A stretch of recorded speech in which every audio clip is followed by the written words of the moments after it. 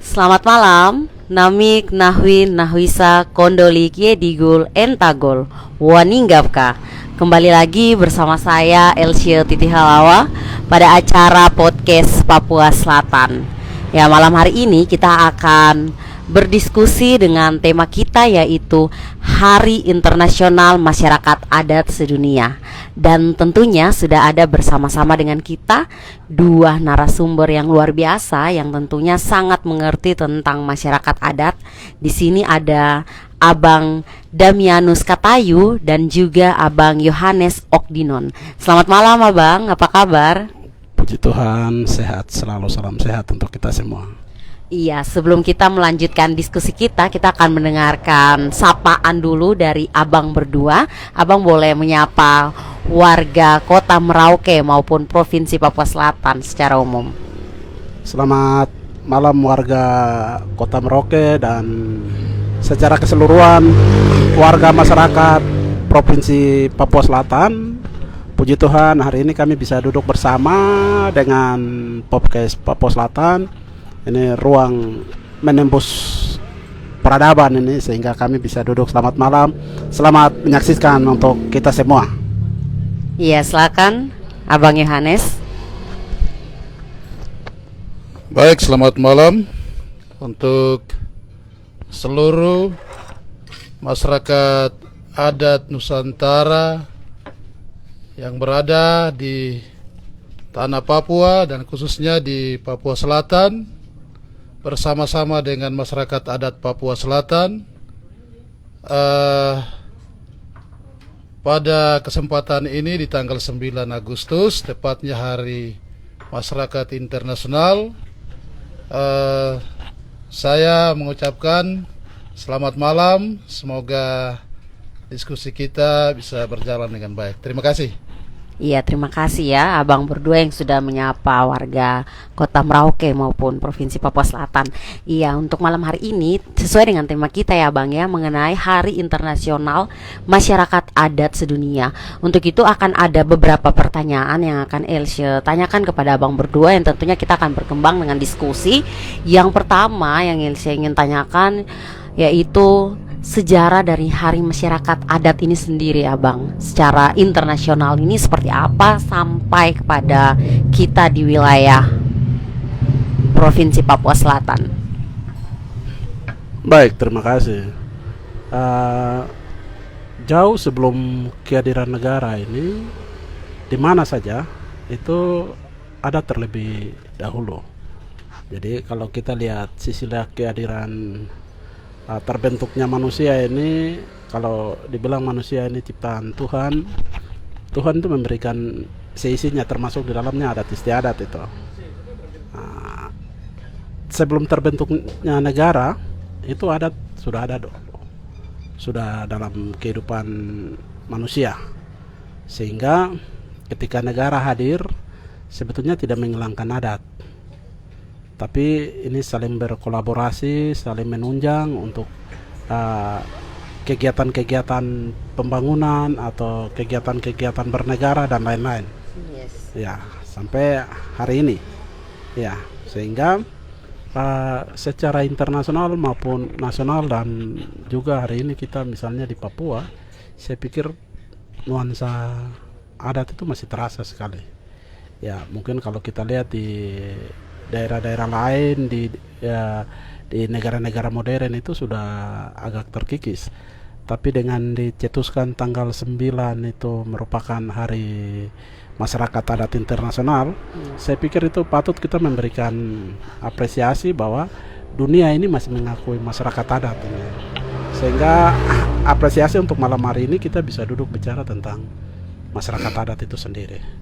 Itu apa? Iya, selanjutnya kita akan mendengarkan pandangan dari Abang Yohanes ya, berkaitan dengan sejarah Hari Masyarakat Adat itu sendiri ya Bang. Ya, baik.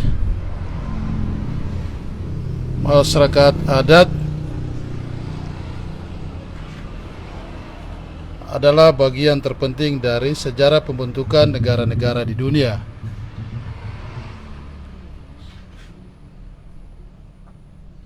Dari perkembangan yang berjalan, masyarakat adat ini menjadi paling lemah, sehingga melalui konsensus internasional masyarakat adat diakui oleh Perserikatan Bangsa-Bangsa atau dalam Deklarasi Human Rights, hak asasi manusia, bahwa masyarakat adat itu adalah pemilik daripada tanah dan memiliki hak politik, sipil, dan ekonomi. Sehingga dunia perlu memberikan pengakuan oleh lembaga atau PBB, dan kemudian negara-negara, ada 90 negara yang memiliki masyarakat adat harus meratifikasi Deklarasi Human Rights tentang masyarakat adat internasional. Nah, pada kesempatan ini tanggal 9 Agustus adalah Hari Masyarakat Internasional. Maka ini perlu refleksi melihat bagaimana masyarakat adat berhubungan langsung dengan hak-haknya dan bagaimana keberpihakan negara terhadap masyarakat adat. Mungkin seperti itu dari saya. Iya, ini sudah sangat jelas ya yang disampaikan oleh abang berdua berkaitan dengan sejarah dari masyarakat adat secara global ya, secara umum. Nah, kita lebih mengerucut lagi ke wilayah kita ya, wilayah Papua. Apakah masyarakat adat ini pun masih menjadi satu tanah Papua, ataukah memang dengan saat ini sudah pemekaran beberapa wilayah yang ada di tanah Papua ini, dari Papua Barat, dan sekarang sudah berkembang lagi. Masyarakat adat di Papua ini ada berapa? Apakah memang mengikuti aturan dari negara sesuai dengan pemekaran yang ada, ataukah untuk masyarakat adat di tanah Papua ini masih dalam satu kesatuan ini? Mungkin kita dengar dulu dari Abang Damianus ya. Pendekatan pembangunan di Papua yang dulu didorong oleh Belanda itu pendekatan kultur, budaya. Sehingga dari beberapa kajian itu Belanda coba memetakan ini bagaimana Papua ini dibangun. Salah satu pendekatan itu pembagian peta wilayah adat itu. Pembagian peta wilayah adat itu kemudian menjadi rujukan untuk pembangunan di Papua. Hari ini saya pikir Indonesia mengadopsi pendekatan itu sedang dibangun, mulai dari Kepala Burung sampai kami di Merauke. Ahanim, ada Domberai, ada Bomberai, ada Sereri, ada Lapago, ada Mamta, ada Mepago, ya ada 7 wilayah adat itu. 7 wilayah adat itu kemudian menjadi pendekatan pembangunan. Hari ini pemetaan provinsi juga itu dia mengikuti peta wilayah adat. Tetapi dalam konsep satu tanah Papua itu tetap 7 wilayah adat itu masih. Saya pikir provinsi dia boleh secara administrasi pemerintahan dia boleh ini, tapi dia satu wilayah bagian dari 7 wilayah adat itu masih ya. Nah, hari ini misalnya kami bicara tentang wilayah selatan, Hanim itu ada Merauke sendiri, Mapi, Asmat, dan Bovendigul. Pemekaran provinsi hari ini yang kita lihat itu sebetulnya dia sudah merujuk pada pendekatan wilayah adat. Ini konsep ini yang dulu didorong oleh Belanda. Ya, saya pikir harapan ini konsep ini sebetulnya dia langsung menuju. Kalau dia sudah mengikuti konsep itu, harapan saya dia tidak melupakan masyarakat adat ke depan. Ya, sehingga harapan pemerintah juga menggandeng masyarakat adat sebagai pilar pembangunan di daerah masing-masing. Sedemikian. Iya, boleh dilanjutkan oleh Abang Yohanes ya. Masyarakat adat Papua tentunya tidak terpengaruh dengan dinamika politik yang ada, kebijakan negara untuk pemekaran provinsi. Masyarakat Papua tetap satu yang memiliki ciri khas rambut keriting, kulit hitam, atau yang sekarang dikenal dengan Melanesian. Negara telah memberikan pengakuan terhadap orang Papua dengan mengakui 7 wilayah itu, wilayah adat. Sehingga kebijakan politik pemerintah dalam rangka percepatan pembangunan Papua dan Papua Barat tidak serta-merta langsung menghilangkan identitas Papua. Papua tetap satu dari Sorong sampai Merauke, sehingga jangan sampai ada polarisasi dan lain-lain. Itu sebenarnya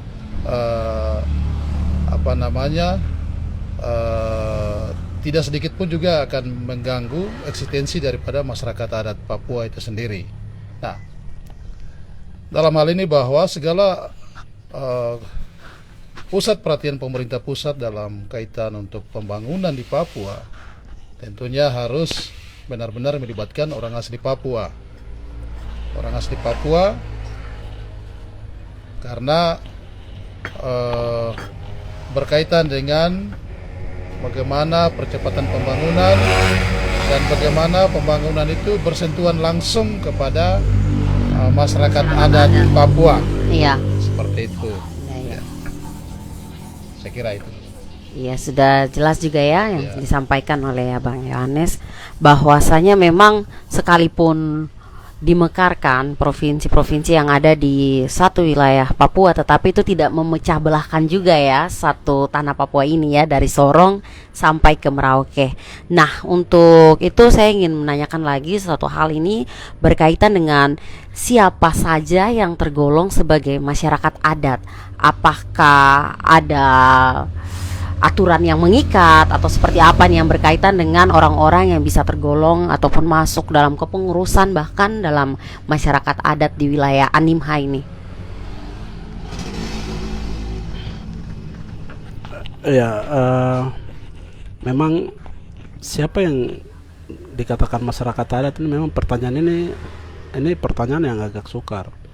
Pasti ada klaim, pasti akan ada klaim ini. Tapi saya coba lihat dari dua pendekatan. Pertama itu, kalau secara aturan dalam amanat undang-undang Otsus itu dijelaskan itu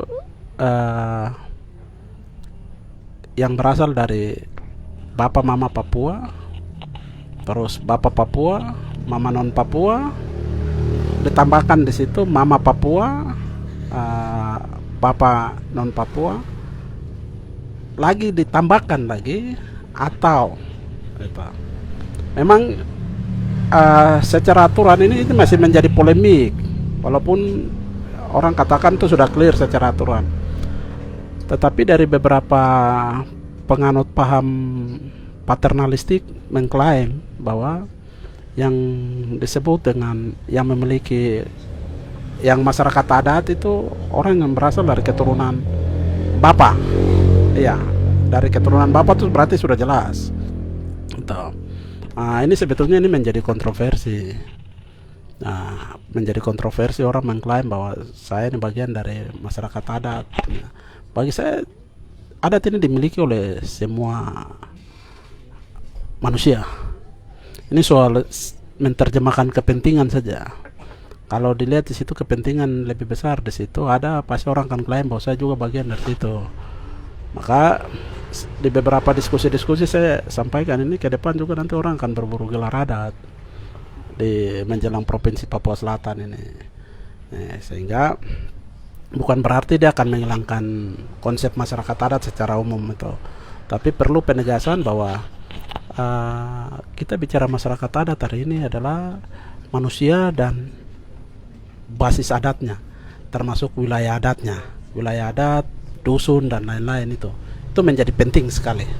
Kalau kita bicara hari ini, kita bicara kita masyarakat adat, tapi kita tidak punya basis adat dan kita tidak punya wilayah adat, kita tidak punya tanah adat, kita tidak usah bicara masyarakat adat. Nanti orang tanya, bicara adat baru tempatnya di mana? Kita raba-raba tempat aja, kita klaim orang lain punya lagi. Saya pikir itu terpenting gitu. Iya, ini kita berbicara soal klaim ya. Ya, untuk Abang Yohanes, apa yang sudah disampaikan tadi dari Abang Damianus mengenai klaim-klaim ini, siapa yang dikatakan sebagai masyarakat adat itu sendiri. Nah, untuk persoalan klaim ini sendiri, apakah selama ini sudah terjadi kemudian tanggapan ataupun solusi untuk mengatasi hal-hal tersebut untuk persoalan klaim-mengklaim, apalagi sudah nantinya di 2024 ya, pasti akan banyak kepentingan yang mengatasnamakan dirinya masyarakat adat ini dan itu. Dari abang sendiri kira-kira bagaimana sih caranya untuk bisa mengatasi persoalan itu dari sisi adat sendiri? Ya, baik. Sebelumnya mungkin saya perlu sampaikan bahwa batasan daripada masyarakat adat itu adalah kelompok masyarakat yang memiliki sejarah asal-usul dan mewarisi tanah. Artinya bahwa masyarakat adat memiliki kedaulatan penuh atas segala kekayaan yang ada di permukaan maupun di dalam tanah, dan harus benar-benar mendapatkan pengakuan secara regulasi oleh negara. Itu yang terutama, sehingga masyarakat adat tidak kemudian menjadi objek politik dalam perhelatan politik dan lain-lain, politik praktis ya. Yes. Kalau kita bicara soal bagaimana mengidentifikasikan diri sebagai masyarakat adat, itu dilihat tadi. Ada ciri-ciri masyarakat adat tadi, pertama memiliki tanah, kemudian memiliki marga. Kalau di Papua adalah paternalistik, maka tentunya adalah keturunan laki-laki. Nah, itu kalau paternalistik, sehingga yang memiliki hak sepenuh atas segala yang dimiliki masyarakat adat adalah keturunan paternalistik atau laki-laki. Yes, keturunan ayah. Nah, harus keturunan ayah, seperti itu. Nah, bagaimana mencegah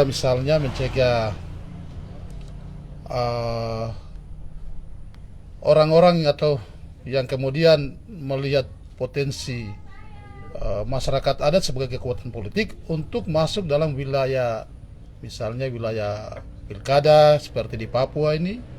Saya kira ya kita perlu juga harus mengakui dan menghormati orang asli Papua sebagai masyarakat adat pemilik negeri ini, sehingga di ruang-ruang politik itu harus ya diberikanlah kepada orang asli Papua, masyarakat adat, untuk berpartisipasi dalam proses untuk mendapatkan pemimpin daerah, misalnya bupati ataupun juga gubernur. Nah, fenomena yang berkembang sekarang ini, bahkan orang ingin maju dalam wilayah politik berdasarkan dengan amanat Undang-Undang Otsus, lalu mereka berusaha untuk masuk dalam wilayah adat dan membutuhkan pengakuan. Nah, sebenarnya kalau kita sadar sebagai masyarakat adat, ada batasannya begitu. Masyarakat adat bukan hanya masyarakat adat Papua, tapi ada masyarakat adat Nusantara yang lain, saling menghargai begitu. Saling menghargai, ada batasannya. Sehingga hidup toleransi bergandengan tangan untuk membangun itu sangat, istilahnya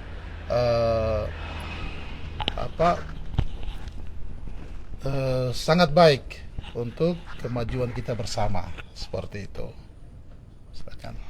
Iya, abang sudah menjelaskan berkaitan dengan memang harus ada batasan ya, dan tentunya ini regulasi itu juga sangat perlu dan penting untuk batasan-batasan ataupun hal-hal apa saja yang bisa dilakukan. Nah, sejauh ini apakah sudah ada regulasi yang mengatur tentang masyarakat adat dan bagaimana implementasinya? Apakah sudah berjalan dengan baik atau seperti apa nih abang? Iya, abang lalu nanti bisa ditambahkan dari abang Damianus ya untuk melengkapi. Baik, kalau masyarakat adat secara nasional sampai saat ini terkait dengan proteksi masyarakat adat dalam bentuk regulasi masih tumpang tindih. Misalnya regulasi yang mengatur tentang agraria, kehutanan, dan pertambangan, itu sama sekali masyarakat adat berada di periferi, di paling pinggir sekali dari kebijakan negara. Nah, sehingga kebijakan negara seringkali juga mengakibatkan keterpinggiran masyarakat adat. Nah, sampai saat ini satu regulasi yang khusus mengatur tentang masyarakat adat belum ada. Sudah ada rancangannya yang diusulkan oleh Aliansi Masyarakat Adat Nusantara, tetapi masih tergantung di Dewan Perwakilan Rakyat. Republik Indonesia. Entah kenapa alasannya sampai itu bisa tidak disahkan. Iya. Padahal masyarakat adat ini mayoritas adalah warga negara Indonesia. Dan secara konstitusional mereka juga memiliki hak politik. Di mana dalam perhelatan politik mereka juga ikut terlibat dalam menentukan wakil-wakil rakyat di Dewan Perwakilan Pusat. Iya, benar, Bang. Kenapa aspirasi mereka yang sudah dalam bentuk rancangan regulasi tidak disahkan? Menjadi pertanyaan. Nah, kembali lagi untuk Papua. Papua ini sudah ada di dalam Undang-Undang Otonomi Khusus. Bagaimana perubahan yang kedua ini, bahwa negara memberikan pengakuan dan penghormatan terhadap orang asli Papua. Regulasinya udah jelas. Sehingga kebijakan pemerintah khususnya untuk pembangunan di atas tanah Papua tentunya memperhatikan undang-undang Otsus yang ada, terutama sekali tentang hak-hak masyarakat adat Papua. Nah, jadi saya kira regulasinya untuk Papua sudah ada, tetapi regulasi secara nasional sebagai payung hukum untuk masyarakat adat internasional, masyarakat adat Nusantara itu belum ada sampai saat ini. Sehingga masyarakat adat ini menjadi komunitas yang sangat lemah dari proses kebijakan pembangunan nasional. Iya. Ya, seperti itu. Ini juga menjadi tantangan ya untuk masyarakat adat sendiri ya. Dengan perkembangan zaman yang saat ini sudah terjadi, itu yang menjadi tantangan terbesar, ya memang menjadi refleksi bersama di mana hari ini dinyatakan sebagai Hari Internasional Masyarakat Adat Sedunia ya. Bisa dilanjutkan oleh Bapak Damianus. Baik, memang secara nasional undang-undang tentang masyarakat adat ini masih terbentur, yang seperti disampaikan oleh Pak John tadi. Tetapi bagi saya sebetulnya dalam amanat undang-undang Otsus itu sudah ada pengakuan terhadap hukum adat di Papua ini. Ini tidak terlepas dari tadi kita bicara tentang 7 wilayah adat itu.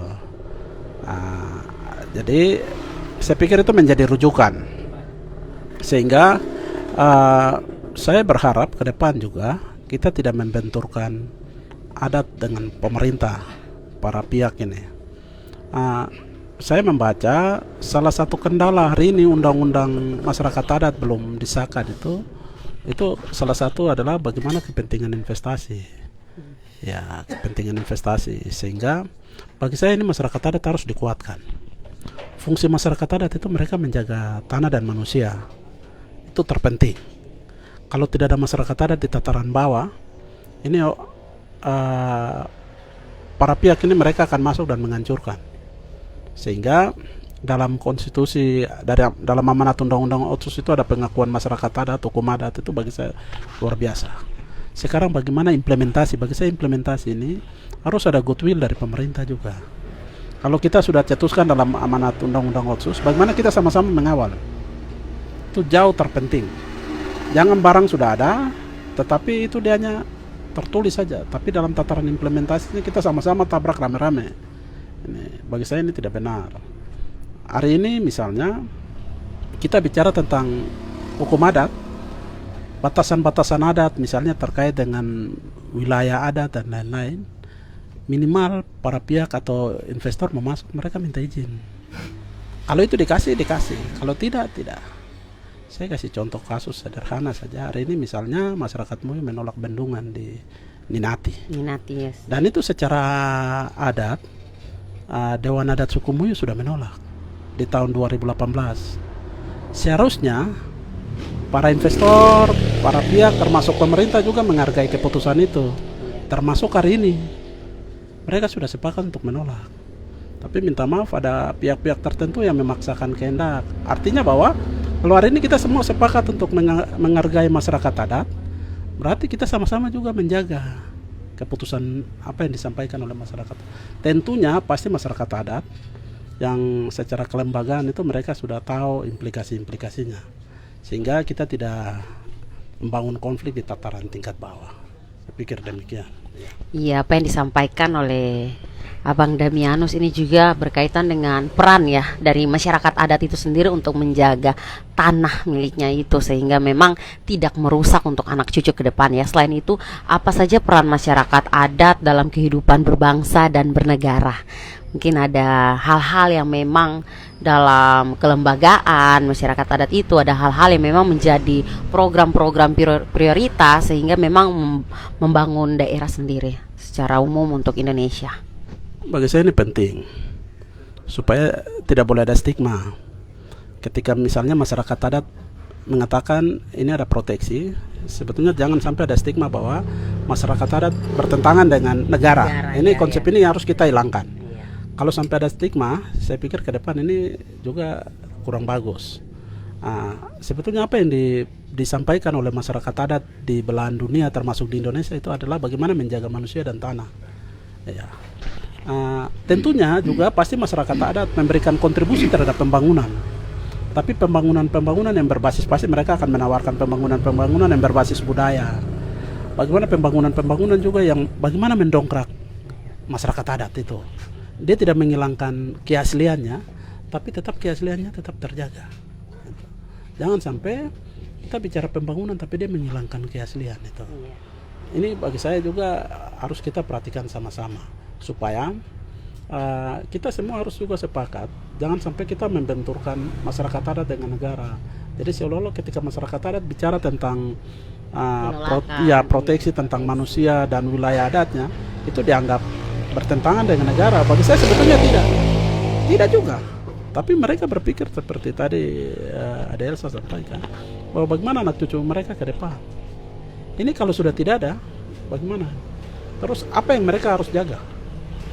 Ini jauh terpenting yang harus kita jaga sama-sama. Demikian. Ya, boleh ditambahkan oleh Abang Yohanes berkaitan dengan tadi yang sudah dijelaskan juga dari Abang Damianus ya.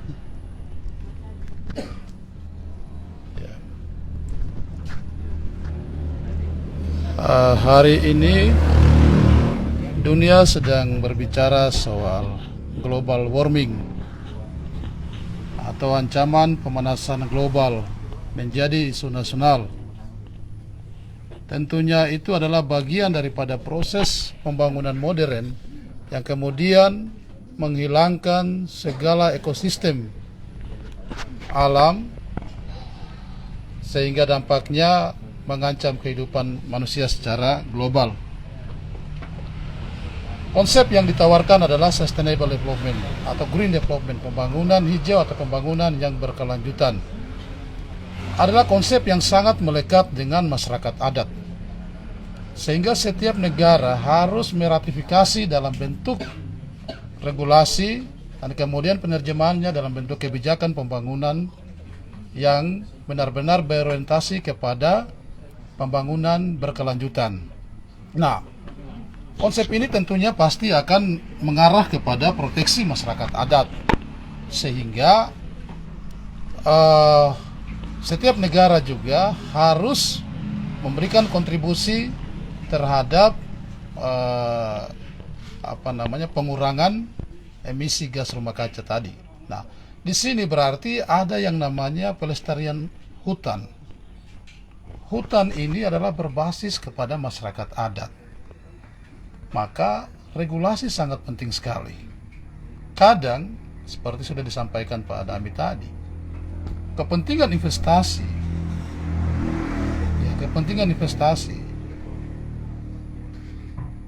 itu mengabaikan semua yang menjadi konsep daripada pembangunan hijau tadi. Nah,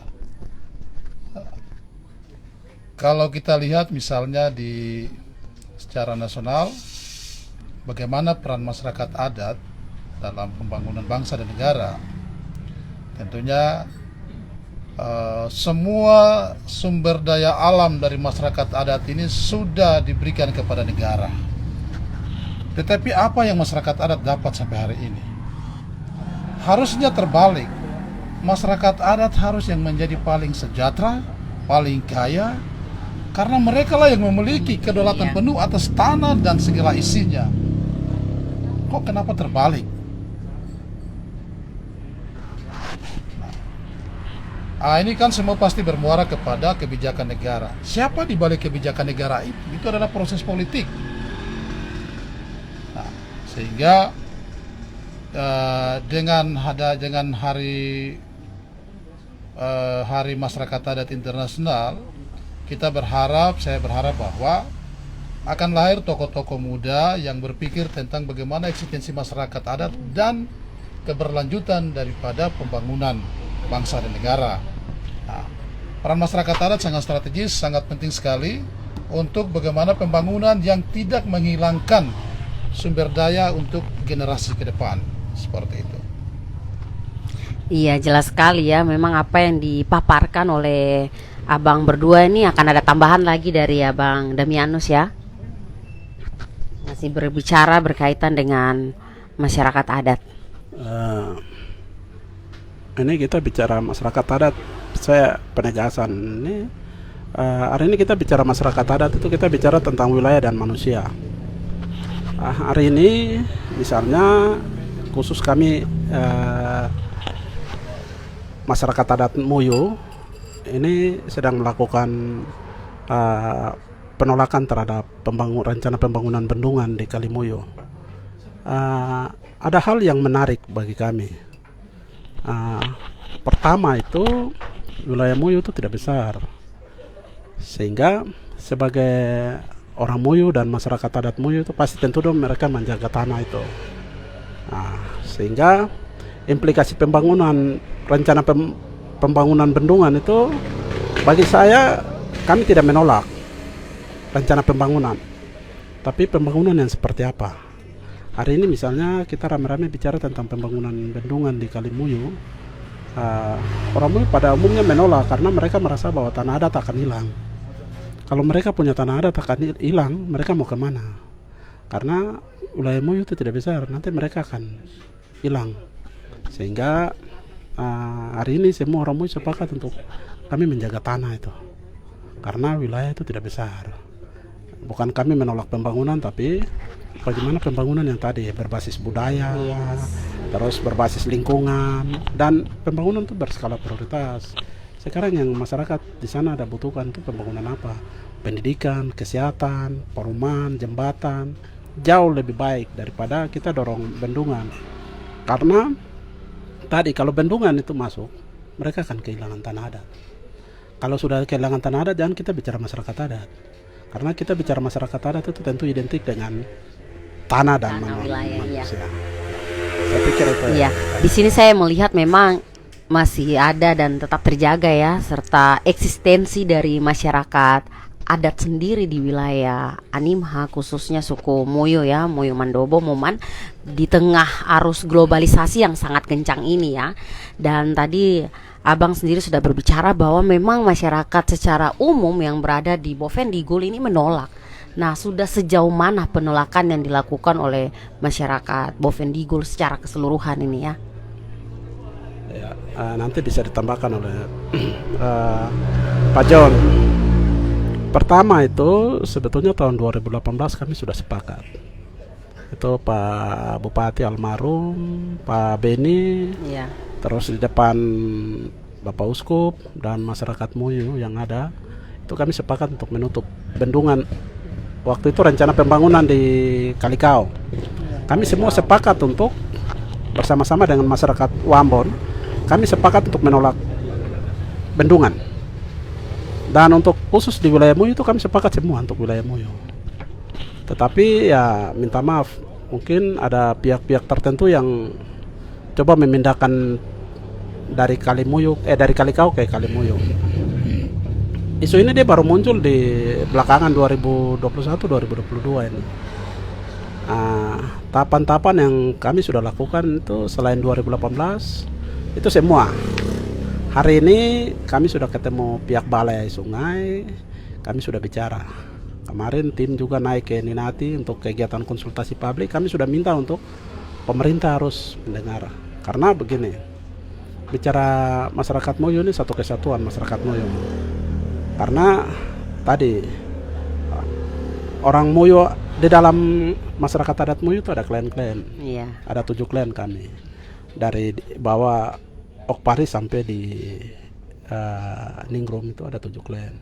Jadi kalau hari ini bicara Ningrum ini harus bicara Okpari di bawah. Satu kesatuan. Satu kesatuan. Iya. Jadi hari ini misalnya pembangunan bendungan di wilayah Yonggom, jangan lupa harus bicara dengan orang Okpari di bawah, orang Kaminit di bawah. Mereka harus bicara. Kalau tidak akan pernah, karena batasan-batasan wilayah adat ini dia saling bersebelahan saja. Apalagi misalnya kita bicara Kalimuyu. Kalimuyu itu identik dengan orang Muyu itu sudah. Jadi kalau kita tutup Kalimuyu berarti tutup orang Muyu. Jadi minta maaf kami sudah melihat dari beberapa aspek, sehingga ya kami minta juga kepada pihak pemerintah untuk mungkin bukan untuk bendungan, tapi mendorong pembangunan yang lain lah, yang berbasis kebutuhan itu. Bagi saya jauh lebih penting itu, karena akan ada implikasi-implikasi. Kami melihat, minta maaf, kami melihat pihak konsultan mereka tidak terbuka terhadap masyarakat tentang implikasi-implikasi itu. Mereka harus berani jujur untuk mengatakan bahwa dampak dari bendungan itu apa. Plus minusnya. Plus minusnya itu jauh lebih penting daripada kita paksakan barang yang sebetulnya masyarakat tidak suka. Tidak sesuai juga dengan Dan kebutuhan tidak sesuai. masyarakat lokal ya. Hari ini kita bicara bendungan untuk masyarakat Muyu, apa urgensinya? Bagi saya tidak ada urgensi. Tapi hari ini misalnya kita bicara pendidikan untuk masyarakat Muyu, jauh lebih penting. Kita bicara kesehatan untuk masyarakat Muyu, jauh lebih penting. Perumahan, infrastruktur, jalan. Yang hari ini orang setengah mati jalan dari Tanah Merah ke distrik-distrik di wilayah Muyu itu setengah mati. Orang bisa jalan dari pagi keluar sampai malam. Itu bagi saya jalan, infrastruktur itu penting. Seperti itu. Dan itu yang memang harus menjadi skala prioritas dari pemerintah ya. Ya boleh ditambahkan oleh Bang Yohanes.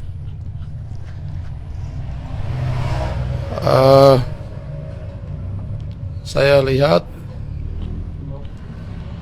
demokratisasi dalam proses perencanaan pembangunan tidak terjadi.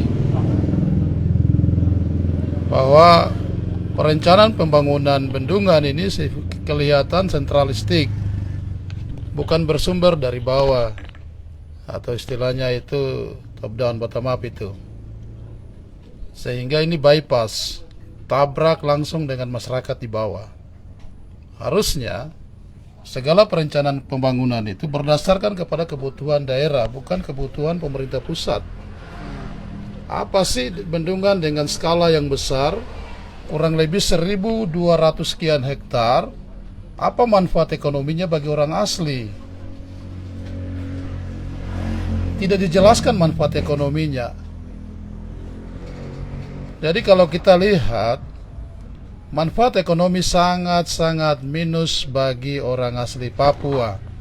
Listrik dalam jumlah besar itu dipakai untuk apa? Kebutuhan industri atau kebutuhan rumah tangga?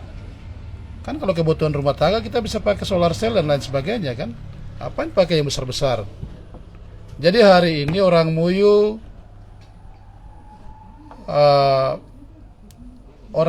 tidak membutuhkan bendungan. Saya sebagai anak Muyu, berasal dari pinggir Kali Muyu, Kampung Kombut, sangat menolak karena dampaknya otomatis akan merubah seluruh ekosistem yang ada di sekitar situ. Kita dari beberapa waktu sudah mengatakan kepada balai, sudah ketemu dengan balai, dan memang itu tidak transparan dalam proses pemberian penjelasan terhadap dampak positif dan negatifnya. Yang kelihatan itu mereka sampaikan soal dampak positifnya.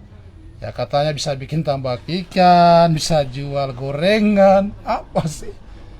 Dampak ekonomi dari pembangunan itu sama sekali tidak ada. Karena sektor real yang harus dibangun, bukan bangun fisik seperti itu. Kalau bangun fisik seperti itu, apa sih yang masyarakat mau dapat? Katanya mau jadi objek wisata seperti apa? Anda manusia kok belum banyak, siapa mau pergi ke sana? Begitu. Jadi belum waktunya untuk membangun bendungan, dan sama sekali kami menolak itu karena tidak berdampak positif terhadap masyarakat adat Muyu yang ada di Kabupaten Bovendigul. Saya berharap supaya jangan lagi ada perencanaan pembangunan yang sifatnya sentralistik, yang kemudian diturunkan oleh pemerintah pusat atas dasar kepentingan pemerintah pusat. Kita tidak tahu listrik sebesar itu mau pakai untuk apa. Harus transparan. Nah, jadi kami tetap menolak apapun caranya, tetap kami akan bersuara sampai dengan tidak ada pembangunan bendungan di Tanah Muyuh. Ya. Luar biasa ya, saya melihat memang apa yang disampaikan oleh abang berdua ini berdasarkan data real, kemudian fakta yang ada di lapangan, kemudian persetujuan juga ya dari seluruh masyarakat adat Muyuh sendiri ya. Dan ini memang apakah sudah dilakukan kajian juga berkaitan dengan dampaknya sendiri, karena tentunya pasti ketika menghadap ke pihak balai dan sebagainya itu pasti akan ada bahasa-bahasa yang mengatakan ini positif, tetapi apakah yang negatif ataupun yang akan merugikan masyarakat nantinya, apakah sudah ada kajian khusus yang dilakukan oleh abang berdua? Kalau kajian khusus saya kira kita tidak perlu masuk sampai ke dalam. Yes. Sebab perencanaan bukan dari orang Muyuh. Yeah. Orang Muyuh tidak membutuhkan itu. Yes. Dan masyarakat Bovendigul juga tidak membutuhkan itu. Sehingga tidak perlu ada kajian.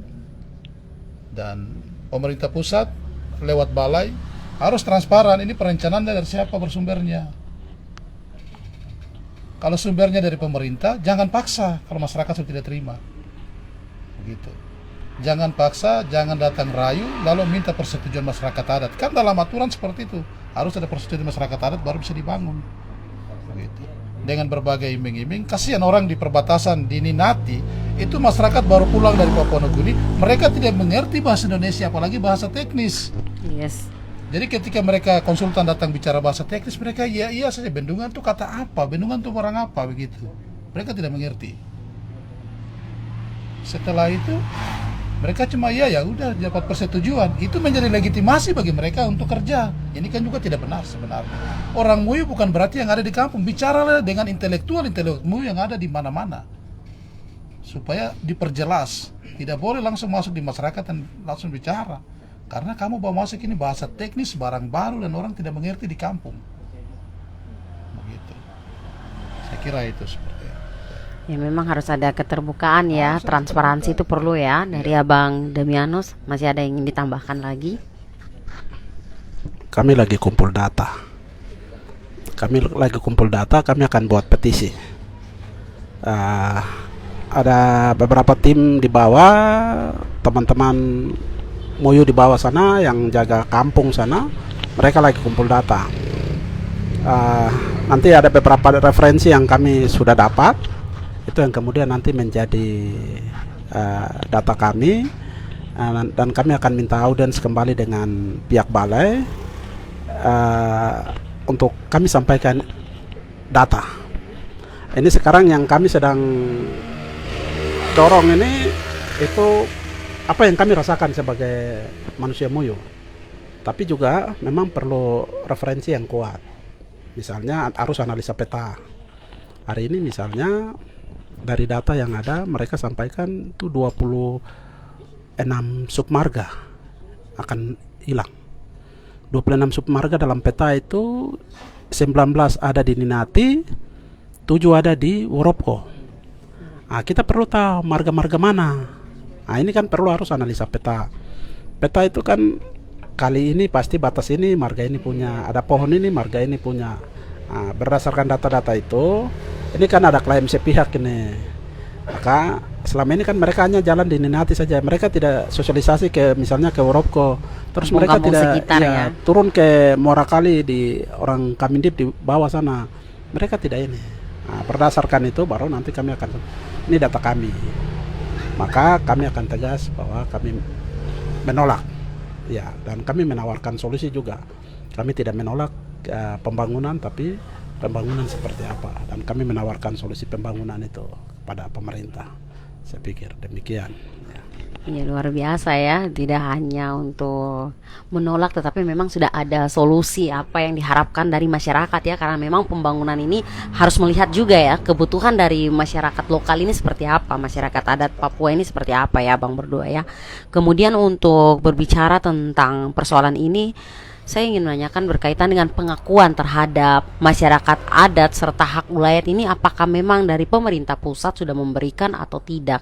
Nah, di momentum Hari Internasional Masyarakat Adat Sedunia ini, apakah memang Abang berdua juga sudah berkomunikasi dengan teman-teman lainnya yang ada di wilayah adat lain di luar dari Papua Selatan maupun Indonesia secara keseluruhan untuk mendorong hal yang saya pikir ini memang sangat penting ya untuk keberlanjutan masyarakat adat ke depannya. Hari ini di beberapa daerah merayakan Hari Internasional Masyarakat Adat. Kami di selatan di Bovendigul mereka hari ini juga melakukan hal yang sama. Itu isunya sama, tetap dengan komitmen bagaimana kami tutup bendungan itu. Ya karena tadi saya sampaikan tidak ada urgensinya. Saya yakin pasti pemerintah dalam hal ini negara mengakui itu, masyarakat adat itu. Secara konstitusi memang aturan masih mengalami benturan, pasti akan ada tarik menarik kepentingan. Tapi bagi saya secara legal formalnya silakan orang baku tarik, tapi bagi saya pengakuan itu penting. Yes. Ada aturan, tapi kalau pengakuan dari pemerintah juga tidak ada, bagi saya barang itu tidak akan jalan. Pengakuan itu jauh lebih penting ya, supaya kita sama-sama menjaga masyarakat adat itu. Dan tentunya kalau kita bicara masyarakat adat, kembali lagi kita bicara tentang tanah dan manusianya, iya. Silakan ditambahkan dari Abang Yohanes lagi. Ya baik, hari ini dunia sedang merayakan Hari Pengakuan Dunia terhadap Masyarakat Adat Internasional, dan tentunya secara nasional kita masyarakat adat juga ikut merayakan sebagai bagian daripada pengakuan terhadap hak-hak masyarakat adat dimanapun di dunia yang bernaung di setiap negara. Karena itu ini adalah momentum yang sangat penting, yang mana masyarakat adat terus berjuang untuk mendapatkan kedudukan dalam kehidupan berbangsa dan bernegara. Karena masyarakat adat adalah bagian daripada subjek pembangunan yang harus benar-benar terlibat dalam proses pembangunan tentunya, dan pengakuan negara dalam bentuk regulasi harus menjadi perhatian utama. Kalaupun pada hari ini masih regulasi tentang RUU Masyarakat Hukum Adat masih parkir atau tergantung di Dewan Perwakilan Rakyat Republik Indonesia, ya saya berharap pada teman-teman dari Aliansi Masyarakat Adat Nusantara dan juga masyarakat adat yang lain harus terus berjuang, dan ke depan ya saya berharap bahwa masyarakat adat ini kan sebagai komoditi politik yang sebenarnya terpecah-pecah, mereka tidak punya kekuatan secara politik. Nah, sehingga mereka juga tidak ikut terlibat dalam penyusunan regulasi itu sendiri. Nah, jadi saya kira kalau untuk kita di Papua, tentunya kita harus saling memperkuat dan selalu sinkron sinergi dengan pemerintah dalam hal pembangunan di tanah Papua yang berbasiskan kepada pembangunan berkelanjutan dalam rangka memproduksi hak-hak masyarakat adat Papua. Saya kira itu yang bisa. Ya, terima kasih ya. Apa yang disampaikan oleh Abang berdua malam hari ini memang sangat mengedukasi untuk kita semua ya, untuk anak-anak muda yang ada di wilayah Papua Selatan juga, bagaimana nantinya peran kita juga untuk menyikapi persoalan-persoalan yang berkaitan dengan tanah dan manusianya ya. Karena selanjutnya memang pemuda ini juga memiliki peran yang sangat penting untuk melanjutkan perjuangan dari pemuda pendahulunya ya Abang ya. Untuk itu sebenarnya kita masih ingin berdiskusi lebih lanjut lagi, tetapi memang kita dibatasi oleh waktu, dan harapan kami ini bukan pertemuan pertama dan terakhir ya bersama-sama dengan podcast Papua Selatan. Kami berharap memang kami akan terus berkomunikasi dengan abang berdua bagaimana untuk memberikan edukasi yang positif terus untuk anak-anak muda, untuk masyarakat yang berada di wilayah selatan Papua, dan bagaimana juga untuk terlibat untuk memperjuangkan hak-hak dari masyarakat adat ini sendiri ya Bang ya. Sebelum kita mengakhiri acara podcast kita pada malam hari ini, saya ingin mendengarkan closing statement dari abang berdua, dimulai dari Abang Damianus. Apresiasi untuk acara malam ini. Terima kasih untuk podcast Papua Selatan. Bagi saya ini luar biasa sekali. Kalau saya boleh katakan, ini dia menjadi jembatan untuk menuntaskan berbagai isu-isu krusial yang ada di Papua Selatan ini dan juga Papua pada umumnya. Hari ini dalam rangka Hari Masyarakat Adat Internasional ini, bagi saya penting sekali untuk kita diskusi malam hari ini. Apresiasi. Dan yang terpenting bagi saya hari ini kita bicara masyarakat adat itu, saya garis bawah kita bicara manusia dan tanah. Saya sepakat untuk kita harus sama-sama sepakat juga untuk kita jaga tanah dan manusia. Kalau status saya hari ini di Facebook saya, status saya bilang jaga tanah dan masyarakat, tanah dan manusia Muyo. Kita tolak bendungan di tanah Muyo. Terima kasih. Luar biasa ya, singkat, padat, jelas, dan memang sangat menyentuh ya setiap kita. Ya silakan Abang Yohanes.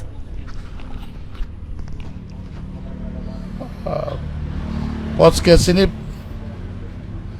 akan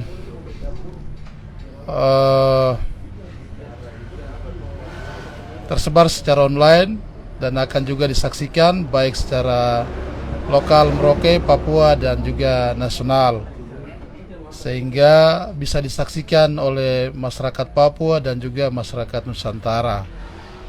Berharap di tanggal 9 Agustus sebagai Hari Masyarakat Adat Internasional, masyarakat adat harus melihat posisinya pada hari ini dan terus berjuang tentang bagaimana kepentingan masyarakat adat dalam hal regulasi.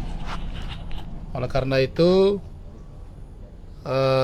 pada closing statement ini saya ingin mengatakan bahwa bersama-sama dengan pemuda yang ada di Papua, masyarakat adat Papua, kita sama-sama jaga tempat, jaga tanah, dan bersinergi dengan pemerintah untuk membangun tanah Papua, khususnya di Papua Selatan. Terima kasih.